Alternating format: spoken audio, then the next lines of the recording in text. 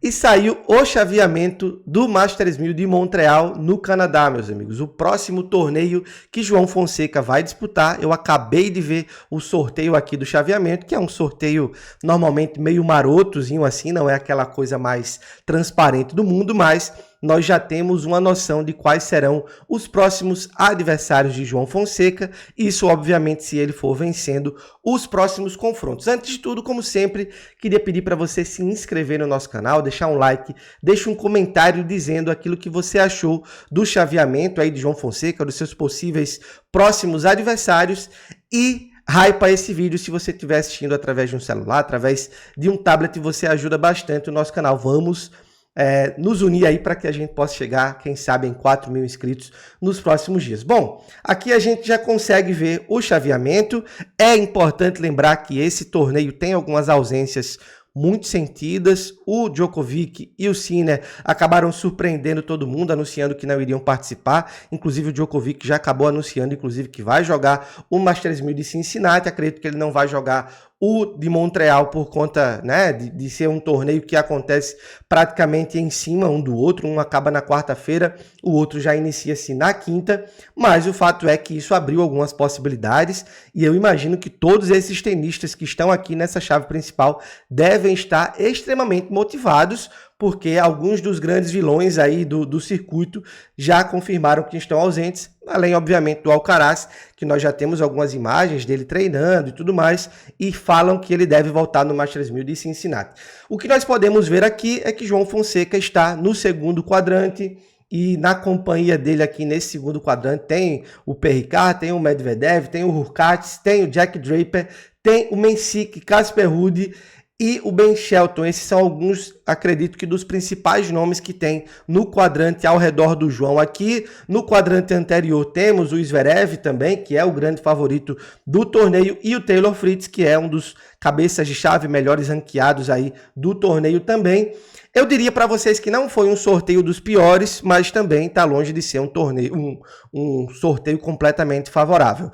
João Fonseca, como nós já podemos ver aqui, vai estrear diante de um qualifier e esse é um aspecto bem negativo, porque nós sabemos que o João já está parado, entre aspas, parado, né? Na verdade ele está treinando, mas não está em atividade em torneios já há algum tempo, desde a eliminação de Wimbledon, se a gente for excluir, obviamente, a participação dele no UTS, e ele enfrentar alguém que vem do Qualify, apesar de ter o aspecto do desgaste físico, é um cara que vem com certeza com muito ritmo, muito bem adaptado às quadras, então isso pode ser um fator que faça alguma diferença, mas quem assistiu o vídeo que eu publiquei, acho que 2 dias atrás, falando sobre algumas ausências importantes, conseguiu notar também que existem alguns nomes que seriam perigosos do Qualify que acabaram confirmando que não participariam. Foram 9 nomes que abandonaram o Quali, o que vai fazer com que o nível do Quali de alguma forma acabe caindo um pouquinho. Isso é importante porque diminui um pouco também o nível de dificuldade de algum possível adversário do João Fonseca. Aqui eu acabei fazendo a chave projetada, vamos dar uma olhadinha em quem João Fonseca pode enfrentar. Lembrando, tá, pessoal, fiz essa chave projetada aqui de uma forma bem rápida, então pode ser que surja alguma atualização.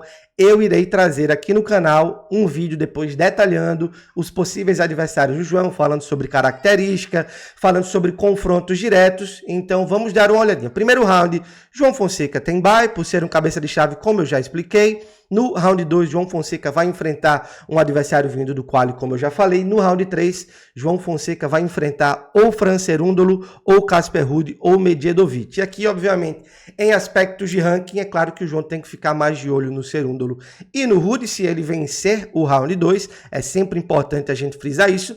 Mas eu acabei colocando aqui o Medvedev por conta do confronto direto que aconteceu entre eles recentemente no Masters 1000 de Roma. Então é um adversário que o João também precisa ficar atento e eu não vou mentir para vocês que para mim seria ótimo o João conseguir enfrentar ele e quem sabe aí vencer ele nessa revanche. É importante também a gente lembrar que esse ano o João tá muito bom em revanches, então se ele tiver a oportunidade aí de ter uma revanche diante do Medvedev, pode ser algo extremamente positivo. Nas oitavas de final, João Fonseca enfrentaria ou Mensik ou Shelton. Esses são os melhores ranqueados aí que o João poderia enfrentar nas oitavas de final. Dois adversários complicados. O João perdeu para o Shelton em Munique, o João perdeu para o Mensik em Roland Garros. Poderia agora ser mais uma oportunidade aí de revanche, apesar de que diante do Mensik o João já havia enfrentado anteriormente e já havia vencido, é um adversário bem conhecido. O Shelton também é um cara que vem num momento muito bom, agora está jogando o ATP 500 de Washington, inclusive teve um jogaço ontem diante do Gumbert, então dois adversários extremamente complicados que eu diria que o João talvez não entre como favorito em quadra se chegar nas oitavas de final.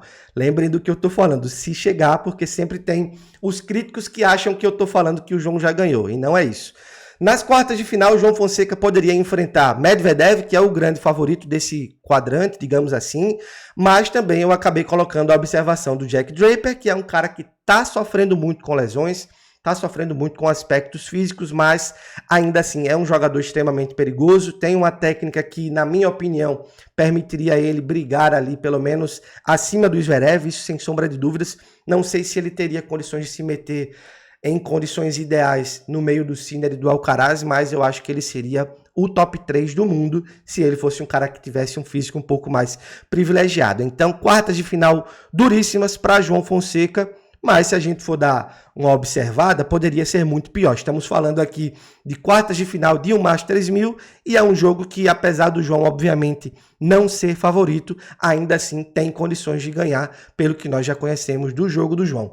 Nas semifinais, João Fonseca enfrentaria Zverev ou Fritz, dois adversários extremamente complicados, dois adversários que o João já enfrentou, o Fritz o João enfrentou na grama, o Zverev o João enfrentou em Monte Carlo, então poderia ser também uma oportunidade de revanche, que, mais uma vez eu repito, o João está indo muito bem nas revanches esse ano, mas aqui sim seria um jogo muito mais complicado. O Zverev é definitivamente o melhor jogador do torneio, tirando os dois ETs mais o Djokovic, é o melhor jogador do mundo nesse nível de tenistas mais normais, digamos assim. Então, jogo completamente desfavorável para o João, e a final aqui seria uma final muito menos complicada do que seria a semifinal. Jogo diante de Felix Auger-Aliassime ou jogo diante do de Minaur.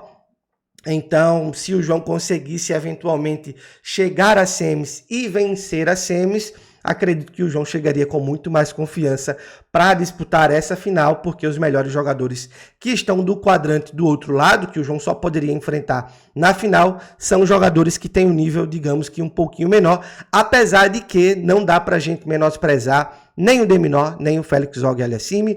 O de Minaur é perigoso, já venceu o João, inclusive, em quadras duras, enquanto o Felix Auger-Aliassime é um jogador que nas quadras rápidas, quem lembra de quando eu falava aqui sobre ele no Saibro, é um cenário completamente diferente. Não à toa, ele está no top 10 e o desempenho que coloca ele dentro do top 10 é justamente aquilo que ele faz nas quadras rápidas, quadras duras. Então, não seria um jogo fácil a final, mas ainda assim eu acredito que seria um jogo menos complicado do que seria diante do Zverev. Esse é um esboço dos eventuais adversários de João Fonseca no Masters 1000 de Montreal, no Canadá. Deixa aqui nos comentários a sua opinião, segue a gente, deixa o like no vídeo, que eu percebo que muita gente esquece. Um abração para todo mundo e tchau, tchau, meus amigos.